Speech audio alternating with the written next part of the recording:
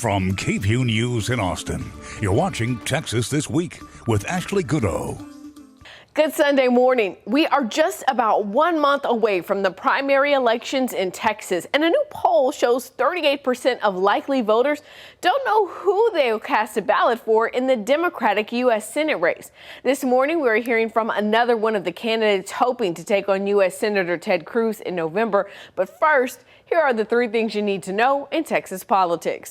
Let's dive into that new poll from the University of Houston Hobby School of Public Affairs. It shows 38% of likely Democratic voters don't know or are unsure about who they will vote for in the U.S. Senate race. 40% of those polled plan to vote for Congressman Colin Allred, while 12% plan to cast their ballots for State Senator Roland Gutierrez. The other candidates in the race are polling at less than 5%, with 4% of likely voters saying they will vote for Mary Gomez, 2% for Mark Gonzalez, 1% for State Representative Carl Sherman, A. Robert Hassan, Stephen Keogh, Heli Rodriguez Prilliman, and none planning to vote for Tiari Chunko. Texas Attorney General Ken Paxton could face a public trial in the whistleblower lawsuit against him. 4 of Paxton's former top aides sued the Office of Attorney General, saying Paxton fired them in 2020 after they accused him of misusing his office. The lawsuit and a proposed settlement led to Paxton's impeachment, where he was acquitted in the Senate. Paxton's legal team previously filed a motion saying they won't contest the case and will accept whatever the judge decides. But on Wednesday, a Travis County judge denied a separate request to decide the case without a jury. Meanwhile, the Texas Supreme Court issued a stay in Paxton's favor on Tuesday, halting a deposition that was scheduled for Thursday. No word yet on when the court will hear arguments. Governor Greg Abbott and 14 other Republican governors are set to gather at the Texas-Mexico border today. They will hold a news conference at Shelby Park. That's the city park the state has taken over in Eagle Pass. It comes as the governor is receiving praise from some and criticism from others for his actions at the border. The U.S. Supreme Court ruled U.S. Border Patrol agents can cut the razor wire Texas is installing at the border. Governor Abbott's response was to have more razor wire installed. Meanwhile, a convoy of Americans traveling to the border made national headlines this week. Organizers of the Take Our Border Back convoy say they want to shed a light on illegal immigration and are going to promote safety, not to start trouble. They held a rally in Dripping Springs on Thursday where former Alaska governor and vice presidential candidate Sarah Palin made an appearance. U.S. Senator Ted Cruz is running for a 3rd term this November, and 9 Texas Democrats are vying for the chance to challenge him, including Mark Gonzalez, the former Nueces County District Attorney who stepped down to run. This morning, we're hearing why he wants to be the next senator from Texas. You know, for our viewers who may not be familiar with you, tell us a little bit about yourself. So my name is Mark Gonzalez. I'm actually the former DA from Nueces County, which is Corpus Christi, Texas, which is pretty famous for Salina and Whataburger. I'm also a criminal defense attorney for the past 10 years, and now that's what I'm doing while I run for U.S. Senate. Tell us a little bit about why you're running for U.S. Senate. You know, when I ran for district attorney, it was because I was angered. I was upset at what I saw at the courthouse. And I can tell you that I'm still angered at what I see across Texas.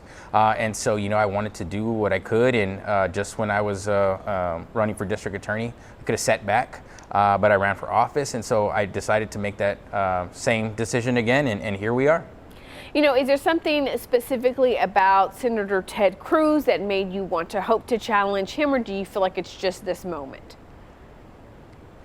You know, I think he's probably been vulnerable. I don't think that any Texan can actually say that they are proud of the job that he's doing based on the fact that, you know, when we were in crisis, you know, he went to Cancun and was on vacation, while I could tell you that when I was a district attorney, we were here dealing with people that were trying to stay warm, to maintain power in their homes and make sure they weren't victims of crimes.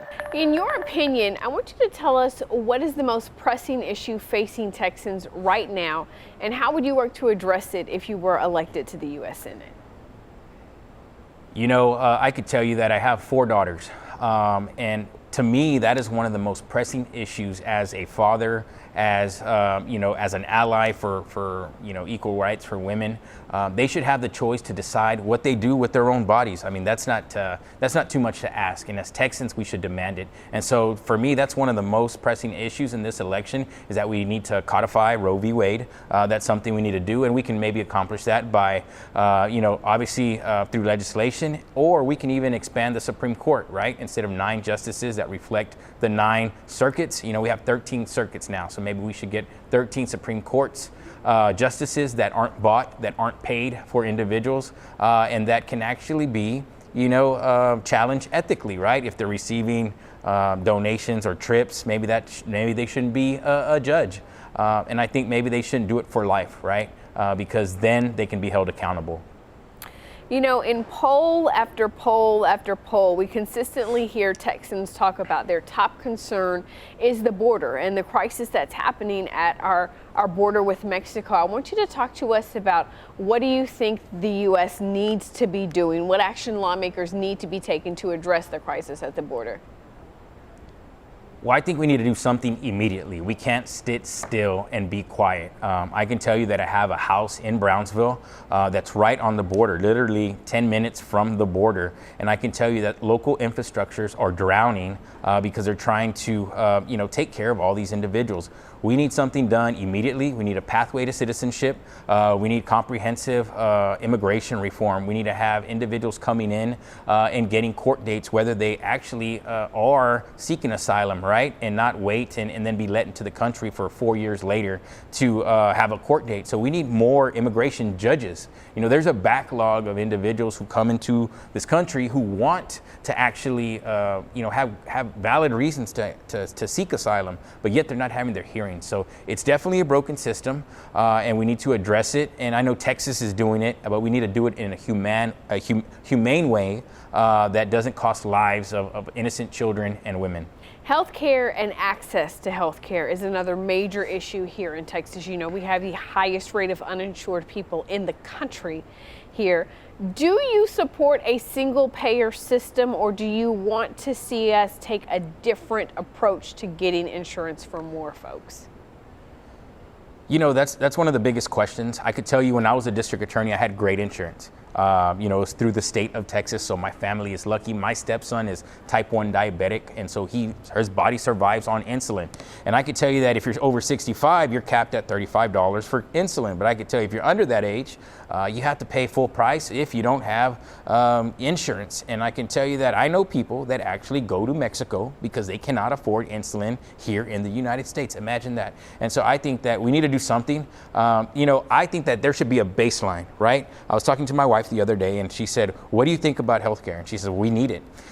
Think about like a Kia, right? I love Kias. They're great cars. I actually own one.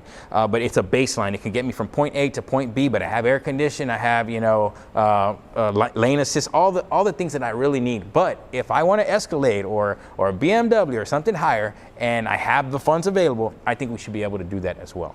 But we need the baseline immediately. We need the baseline so that way people are getting the minimal amount of care that's needed just to have, a healthy population. I mean, we spend so much money on uninsured individuals every day, and we put the burden back on the taxpayer. We put the burden on the counties that have to, go ahead and foot the bill for that. So there has to be a better way. And whatever we have now is not working. I mean, we're the most uninsured state in the United States. You are running in a crowded field. So why do you think voters should elect you this March? When I ran for DA, I didn't know if I was good enough. I really didn't think that I could serve the people. And when I'm running for U.S. Senate, I still have those doubts in my head. Am I good enough to represent, every single Texan out there, right? In the rural area, in the urban areas. And I don't really think that any one of us, even Ted Cruz is good enough. But if Texans pick me, if they pick me, I'll fight for them, and I'll fight against Ted Cruz. Remember, the last day to register to vote in the March primary election is February 5th. Early voting starts February 20th. If you are eligible to vote by mail, you can request your ballot now. That request has to be received by February 23rd. Early voting ends March 1st, and Election Day is March 5th. That's Texas This Week.